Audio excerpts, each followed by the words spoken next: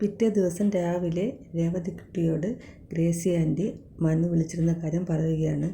അപ്പോൾ രേവതിക്കുട്ടി ചോദിക്കുന്നു, അയ്യോ മനുവായിട്ട് എന്തിനാണ് വിളിച്ചത്? അങ്ങനെ വിളിക്കുന്ന പതിവില്ലല്ലോ. ഞാൻ മുത്തശ്ശി ഒന്ന് വിളിച്ച് നോക്കട്ടെ എന്ന് പറഞ്ഞിട്ട് മുത്തശ്ശിയെ വിളിച്ച് ചോദിക്കുകയാണ്. അപ്പോൾ മുത്തശ്ശി ചോദിച്ചു, അലീന അവിടെ വന്നോന്ന്. അപ്പോൾ രേവതിക്കുട്ടിക്ക് ആകെ ടെൻഷനായി. അതെന്താ മുത്തശ്ശി അങ്ങനെ ചോദിച്ചപ്പോൾ പറഞ്ഞു, അലീന ഇന്നലെ ഇവിടുന്ന് പുറപ്പെട്ടല്ലോ, ഇവിടുന്ന് പോയല്ലോ, ഞങ്ങൾ അവളെ പറഞ്ഞു വിട്ടല്ലോ എന്നൊക്കെ പറഞ്ഞു. ഇന്നലെ ഉച്ചയ്ക്ക് പോയി അലീന, പക്ഷേ ഇതുവരെയും എറണാകുളത്ത് എത്തിയില്ല. അപ്പോൾ രേവതിക്കുട്ടിക്ക് ആകെ ടെൻഷനായി. അയ്യോ അലീന ചേച്ചി ഇനി എവിടെ പോയോ എന്താ? മുത്തശ്ശി സത്യം പറഞ്ഞ മുത്തശ്ശിയെ നിങ്ങൾ അടിച്ചിറക്കി വിട്ടതാണോ എന്നൊക്കെ ചോദിച്ചു. അപ്പോൾ മുത്തശ്ശി പറയുന്നു, അല്ല എന്തായാലും അവൾ പോയി, അവളെ ഞങ്ങൾ പറഞ്ഞു വിട്ടു, അത്രേ എനിക്കറിയാവുള്ളൂ എന്ന് പറഞ്ഞ് മുത്തശ്ശി ഫോൺ വെച്ചു. അത് കഴിഞ്ഞ് രേവതിക്കുട്ടി ആകെ ടെൻഷനായിട്ട് മനുവിനെ വിളിച്ചു നോക്കുകയാണ്. അപ്പോൾ മനുവിൻ്റെ ഫോൺ സ്വിച്ച് ഓഫ് ആയിരുന്നു. മനു ബാലചന്ദ്രനെ കാണാൻ വേണ്ടി റിസോർട്ടിലേക്ക് പോവുകയാണ്. ബാലചന്ദ്രൻ മനുവിനെ വിളിച്ചിട്ട് എവിടെ എത്തി എന്നൊക്കെ ചോദിക്കുന്നുണ്ട്. എന്നിട്ട് ലൊക്കേഷൻ ഒന്നുകൂടി അയച്ചു കൊടുക്കുന്നു. അപ്പോഴാണ് കൃഷ്ണമോള് അലീനയും കൂട്ടി ബാലചന്ദ്രൻ്റെ അടുത്തേക്ക് വന്നത്. അലീനയ്ക്ക് ചെരുപ്പില്ല എന്ന് കൃഷ്ണമോള് പറയുന്നു.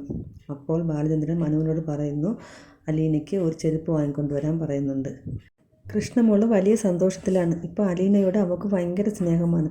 അവൾ കളിച്ച് ചിരിച്ച് ഓടി നടക്കുന്നുണ്ട് അവിടേക്ക്. എനിക്ക് ഇവിടെ നിന്ന് പോകാൻ തോന്നുന്നില്ല എന്നൊക്കെ കൃഷ്ണമോള് പറയുന്നുണ്ട്.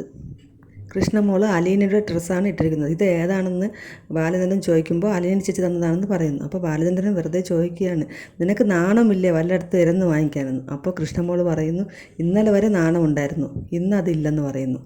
അലീനയും വലിയ സന്തോഷത്തിലാണ്.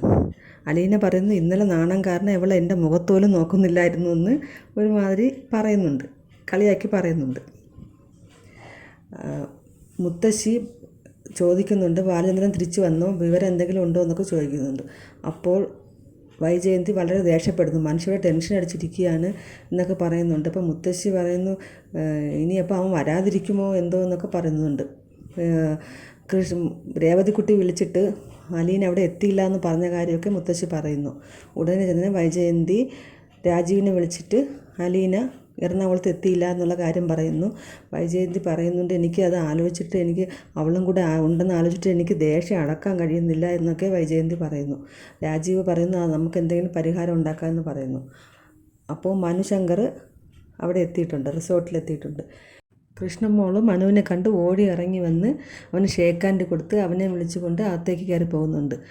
മനു ചോദിക്കുന്നുണ്ട്, നിനക്കിപ്പോൾ വിഷമമൊന്നും ഇല്ലേ കൃഷ്ണമോളെന്ന് ചോദിക്കുന്നുണ്ട്. അപ്പോൾ അവൾ പറയുന്നു, ഇല്ല ഏട്ടാ, എനിക്ക് വിഷമമൊന്നും ഇല്ല, സന്തോഷമാണെന്ന് പറയുന്നു. അലീനയും അവനെ കണ്ടിട്ട് ഓടി വരുന്നുണ്ട്. അലീന പറയുന്നു, എന്നെ അവിടെ നിന്ന് ഇറക്കി വിട്ടപ്പോൾ മനുവേട്ടൻ വരുമെന്നൊക്കെ ഞാൻ വിചാരിച്ചു, പക്ഷേ എന്നെ രക്ഷിച്ചത് ബാലേന്ദ്രൻ സാറാണ് എന്നൊക്കെ അലീന പറയുന്നു.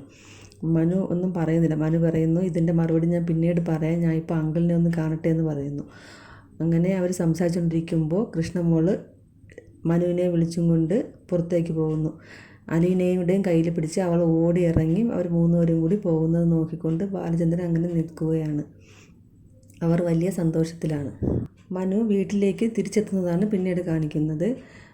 മനുവിനെ കണ്ടിട്ട് രാജീവനും അമ്മയും കൂടി വന്നിട്ട് നീ എവിടെ പോയിരുന്നു എന്നൊക്കെ ചോദിക്കുന്നുണ്ട്. മനു പറഞ്ഞു, ഞാൻ ഒരു സ്ഥലം വരെ പോയതാണെന്നൊക്കെ പറയുന്നു. അപ്പോൾ ബാലചന്ദ്രൻ്റെ വിവരം എന്തെങ്കിലും അറിഞ്ഞോ എന്നൊക്കെ ചോദിച്ചപ്പോൾ അവൻ പറഞ്ഞു, അങ്കിൾ ഒരു റിസോർട്ടിലുണ്ട്, അലീനയും കൃഷ്ണമോളും കൂടെയുണ്ട് എന്ന് പറയുന്നു. അപ്പോൾ ഇവർക്ക് അത് കേട്ടിട്ട് ദേഷ്യമായി.